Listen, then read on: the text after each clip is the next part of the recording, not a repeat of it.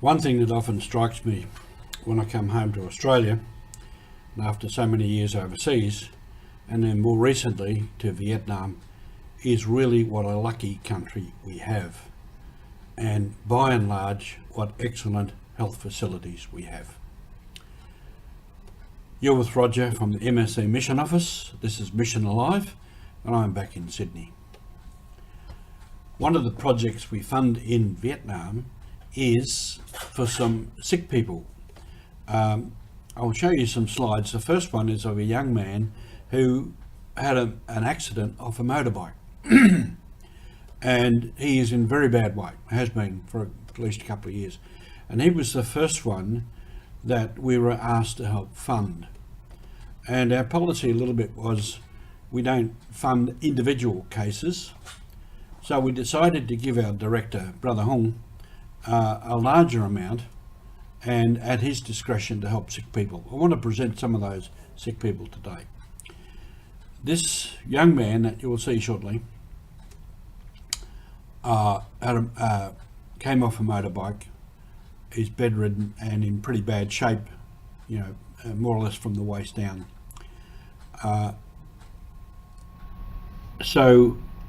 This is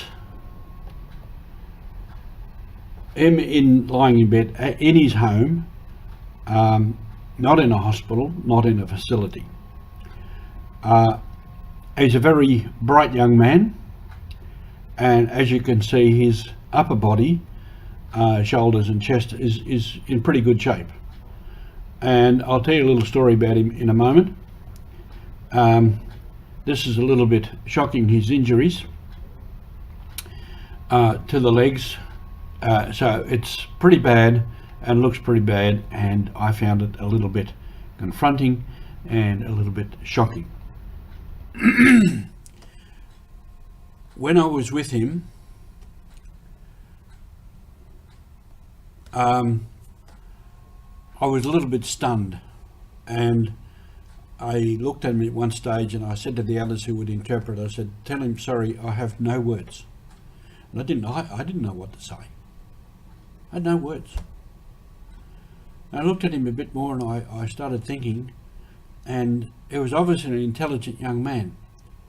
So I went over to him and I said, I put my hands and I said, "Give me your hands." I said, "Tell him, give him your hands." And I got his hands and I squeezed. And I said, "Tell him to squeeze." And he did, quite strongly.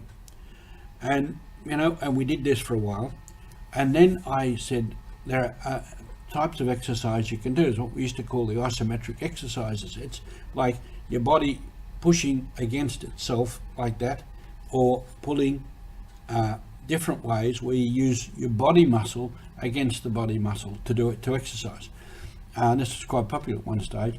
So I said to him what he needs to do, and if somebody can help him get some therapy or someone who knows what they're doing, to help him to do upper body exercise and build up, his upper body, and even to get a couple of small 1 kilo dumbbells so he could exercise a bit. So that was one thing, and the more I looked at him, and he responded well to what I was saying, he's a very intelligent young man. And so I said, "Can he read?" I said, "Yes, it's grade 9 education."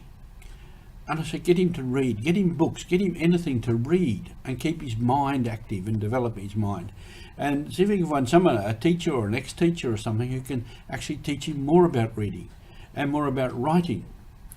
Then one of our young Vietnamese students, a seminarian who was with me doing a lot of the translation, he said later, he could do artwork. I said, "Yes, he could do art. Get him what he needs to do art. And write. He could write his story. He could write poetry. He could write anything." So it's the next step. There's not much we can do for him more medically, but we could do something more for him in that line of developing himself as a person. And so I'll try and keep in contact with that one and try and do something. So these are some of the cases of sick people that we are supporting. And in that situation where they're very poor and facilities are not good, it is really a mission to support them.